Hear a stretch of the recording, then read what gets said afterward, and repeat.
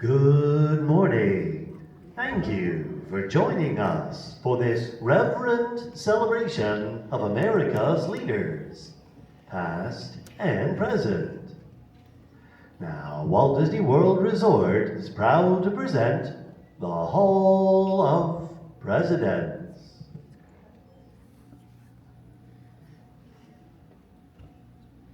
This program is dedicated to the memory of Walt Disney. In 1971, his love for America inspired the creation of the Hall of Presidents, a place to celebrate the optimism and goodwill he saw at the heart of the American story. Walt's vision was to honor the nation by honoring the American presidency.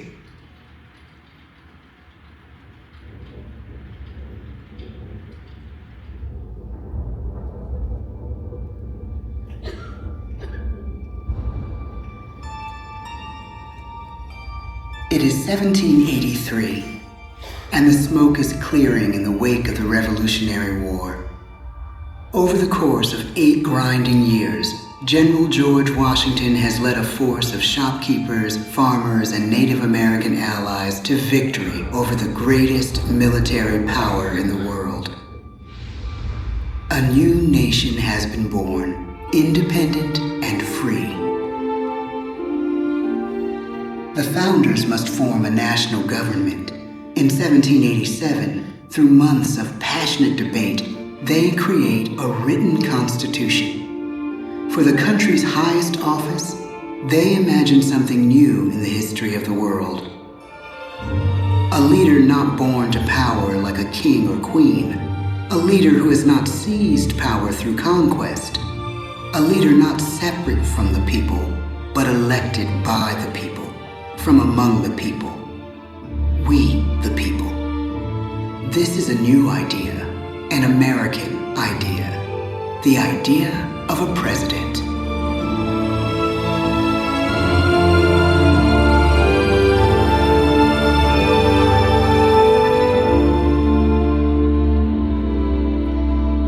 The people don't know exactly what a president will be, but there is little doubt who it will be. George Washington's stature and bearing have marked him as a leader. His integrity has made him a great one. Washington knows that many generals who have led successful revolutions make themselves dictators or kings. Instead, he steps down from power and retires to his home, Mount Vernon. The world takes note, and George Washington becomes the symbol of American ideals. In the first presidential election, it's Washington by a landslide. The only doubt seems to be his own. He writes, "Integrity and firmness is all I can promise. Integrity and firmness is exactly what we need." Everything he does as president will set a model for his successors. His final act may be the most important of all. After 2 terms, with no term limit in the Constitution and amid overwhelming support to stay in office, he steps down once again and hands power back to the people. He wants us to speak, to elect a new president.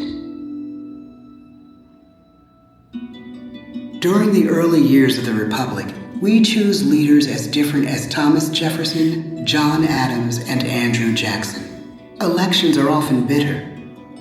Each president stands at that fiery intersection where personal character meets the challenges of the times. Some call the presidency a glorious burden. Jefferson calls it a splendid misery. We, the people, must choose well. We elect 15 presidents before the course of history brings us to the edge of a crisis like no other. A nation born of freedom still permits slavery. As the country pushes west, will new states be slave or free? The question produces bitter conflict. The issue rocks the election of 1860 and brings Abraham Lincoln onto the national stage. The tall, lanky, some say uncouth candidate from Illinois is a master of words at a time when speeches are printed in full for people to read. A house divided against itself cannot stand, he has said. With Lincoln's election, the House does indeed divide. Civil War. 11 states secede from the Union. The war becomes a defining passage in the American story. The president's own inner strength and depth of character changed the course of history.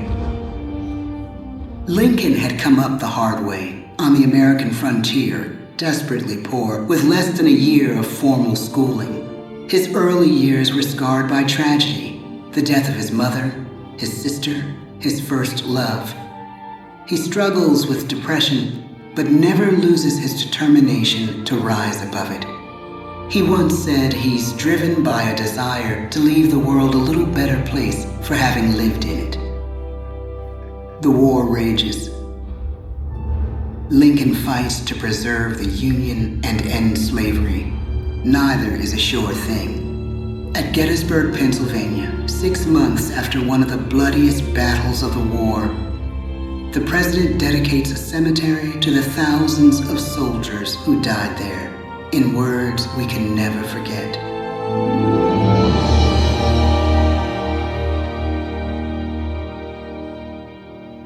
Fourscore and 7 years ago, our fathers brought forth on this continent a new nation, conceived in liberty and dedicated to the proposition that all men are created equal.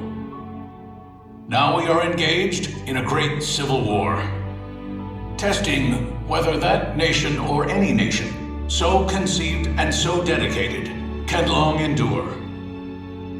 We are met on a great battlefield of that war.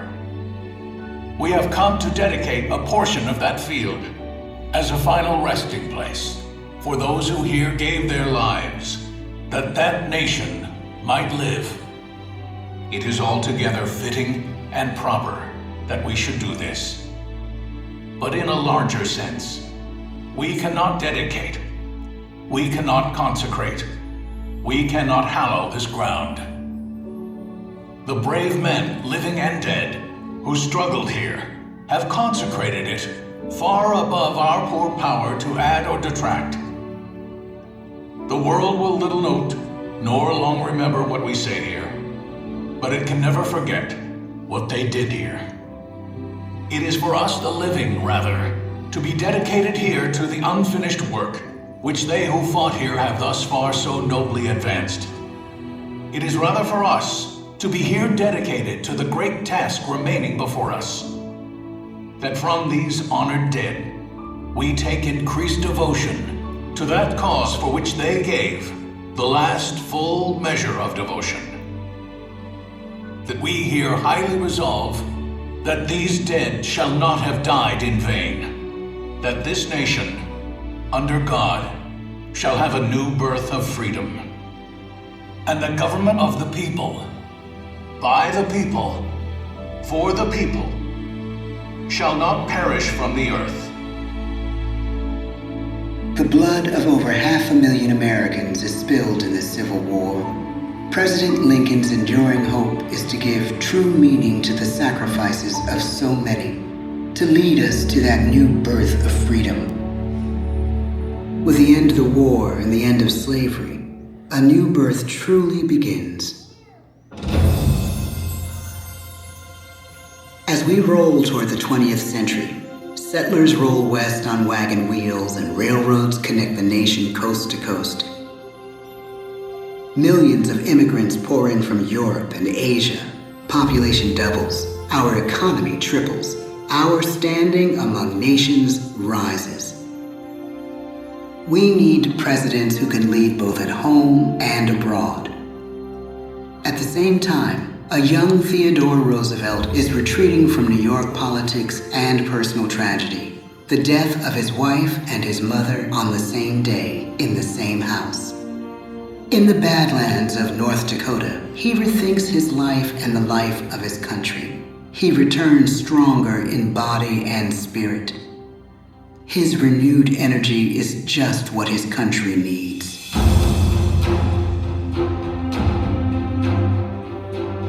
American industry is booming, but social tensions are rising. A progressive movement is bubbling up, pushing for change, and change is needed in the working and living conditions in cities. The gap widens between rich and poor. The demand for change grows stronger. Teddy Roosevelt is a knight on a crusade. He speaks with force and vitality in clear terms that make colorful headlines at a time when mass-market newspapers have become the new media. To define his foreign policy, he borrows a phrase from an African proverb: speak softly and carry a big stick. But his greatest accomplishments are made at home. He breaks up giant monopolies, protects workers' rights, and calls for a square deal for all Americans, rich and poor, capitalist and wage earner. Fair wage and a square deal for every man and every woman in the United States. He calls on America to be as great as the natural grandeur of its lands.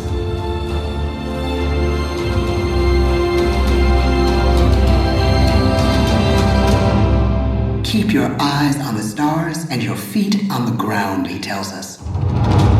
And we do.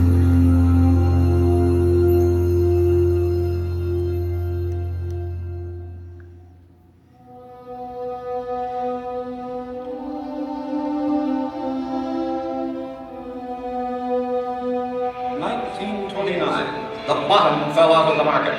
12 million unemployed. The bread lines and the sewage. The results of the 1932 election now appear. When we elect our 32nd president, it is the worst of times. The course of history and the course of one president's life again shape a turning point in our national destiny. Franklin D. Roosevelt, paralyzed by polio, knows how to restore the faith of a people paralyzed by the Great Depression. I believe in practical explanation and in practical policy. He has found the inner strength his countrymen now need. He speaks to us like a friend, a neighbor. His optimism is contagious, his voice perfect for the latest breakthrough medium, radio. He calls us to believe we have nothing to fear but fear itself. And we do believe. Tonight's attacks on England are perhaps the most widespread of the war in the course of the day. But an even greater challenge dominates his final years in office. The Second World War.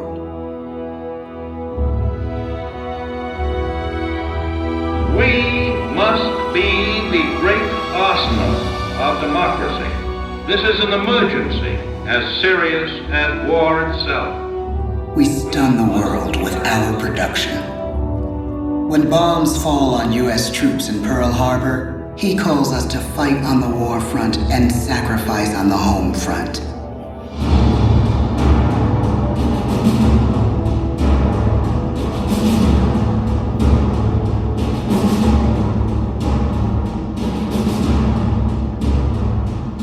The harder the sacrifice, the more glorious the triumph.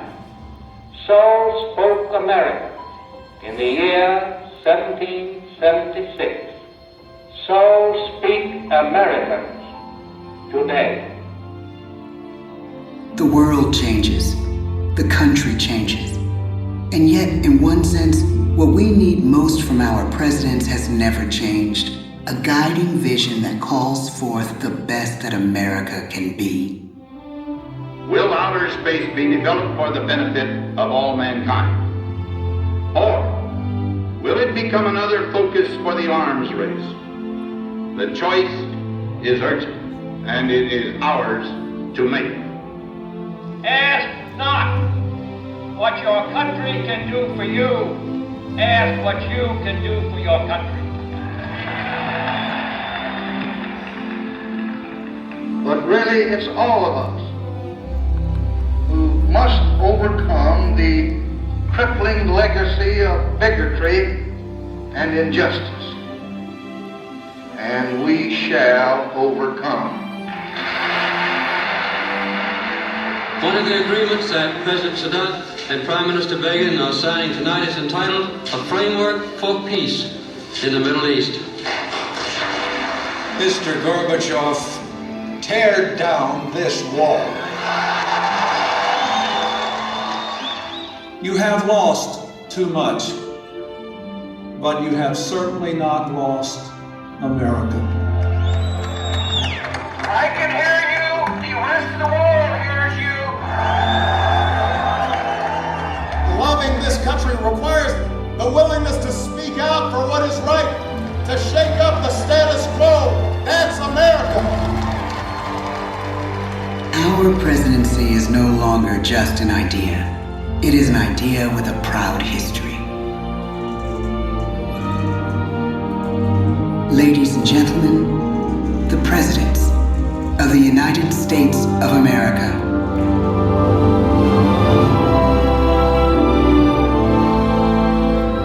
George Washington, John Adams, Thomas Jefferson, James Madison, James Monroe, John Quincy Adams, Andrew Jackson, Martin Van Buren, William Henry Harrison, John Tyler, James K. Polk, Zachary Taylor,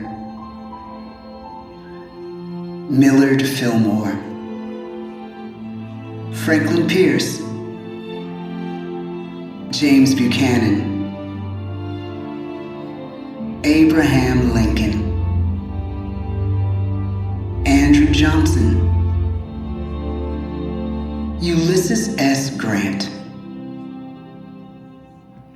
Rutherford B. Hayes, James A. Garfield, Chester A. Arthur, Grover Cleveland, Benjamin Harrison, William McKinley, Theodore Roosevelt, William Howard Taft, Woodrow Wilson, Warren G. Harding, Calvin Coolidge, Herbert Hoover, Franklin D. Roosevelt, Harry S. Truman, Dwight D. Eisenhower,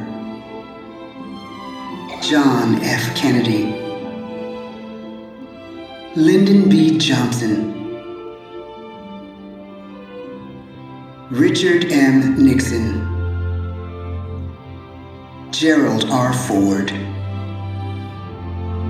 Jimmy Carter, Ronald Reagan, George Bush, Bill Clinton, George W. Bush,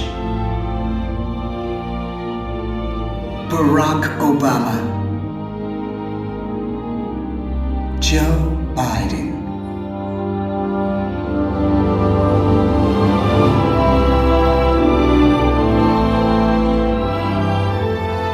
And now we come to the present.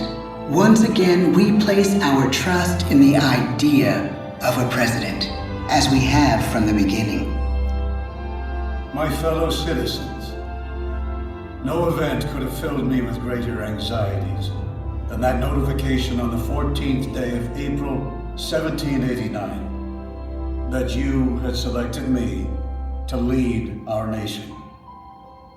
But it was with the confidence of my fellow citizens that I took an oath. 35 simple words that have been repeated by every American president throughout history. I, Donald John Trump, do solemnly swear that I will faithfully execute the office of President of the United States and will, to the best of my ability, preserve, protect, and defend the Constitution of the United States. So help me God. The presidency of the United States is a role unique in the world, an office entrusted to each president by us, we the people. Therein lies the genius of that new idea, now over 200 years old. A new idea our presidents have turned into a great American idea again and again.